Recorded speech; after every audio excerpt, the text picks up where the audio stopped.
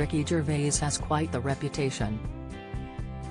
He raised hell at the Golden Globes with his pointed pops at Tinseltown, and has courted many a controversy with his humor and forthright views. But behind the scenes, The Office creator lives a much less dramatic life with his soulmate and partner of almost 40 years, Jane Fallon. Ricky, who turns 61 today, met Jane, also 61, at University College London back in 1982, where he was studying philosophy and she was reading history.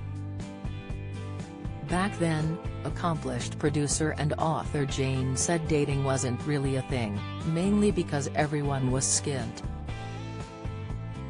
Instead, she and Ricky would meet in the Union, go to discos and drink beers.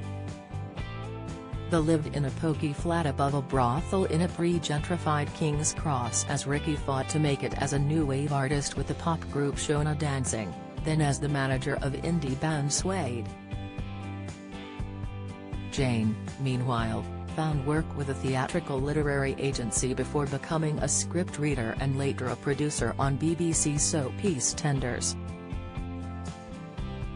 Get the news you want straight to your inbox. Sign up for a Mirror newsletter here.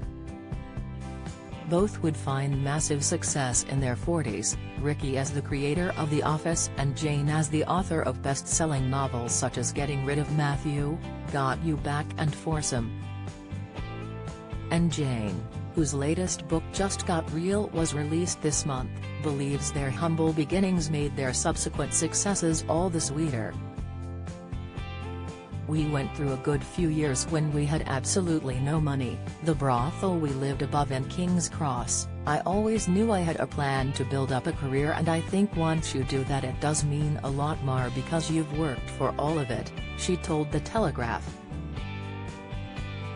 The pair now live in a £10.8 million megapile in Hampstead, London, along with their pet cats, which Jane insists they have after hearing they can make you live longer. A self-confessed stressor, Ricky has credited Jane with keeping him calm and helping him rationalize his hypochondria.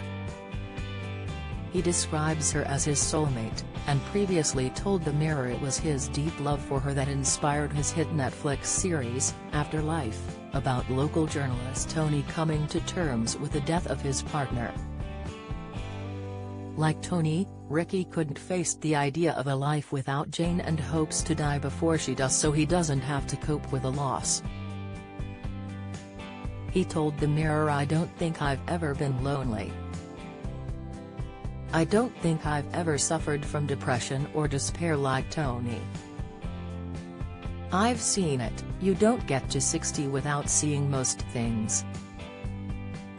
I've lost both parents and a sibling, and all my pets and some friends. But the ultimate for me would be losing my soulmate. That's the worst thing that could happen to me." So, it's an imagination, a fiction, that stems from that.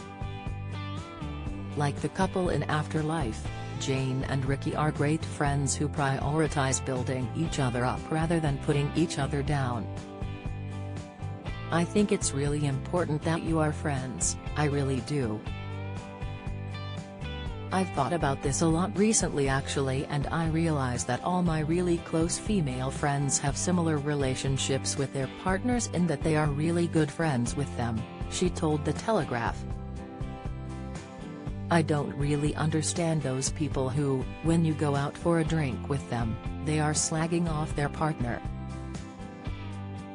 You're meant to be each other's cheerleader. So yeah, you need to be good mates."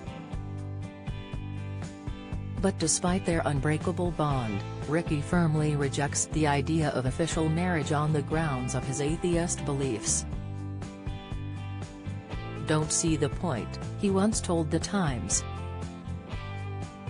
"We are married for all intents and purposes, everything's shared, and actually our fake marriage has lasted longer than a real one.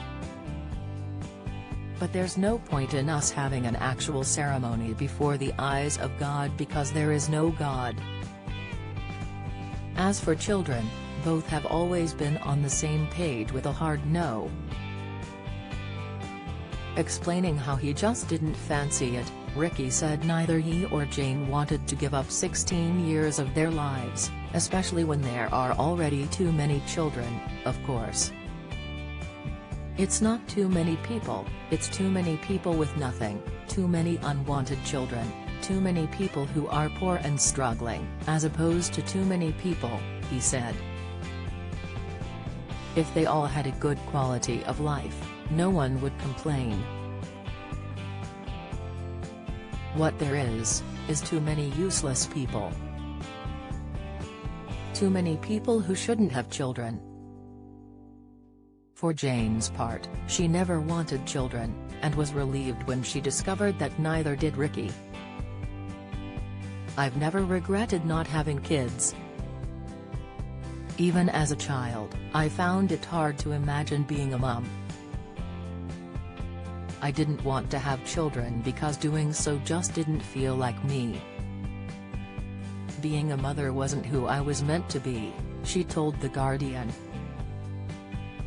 Thankfully, my partner, Ricky, felt the same, not that I would make a terrible mother, or if he did think that he thoughtfully kept that to himself, but that he wasn't keen on parenthood, either.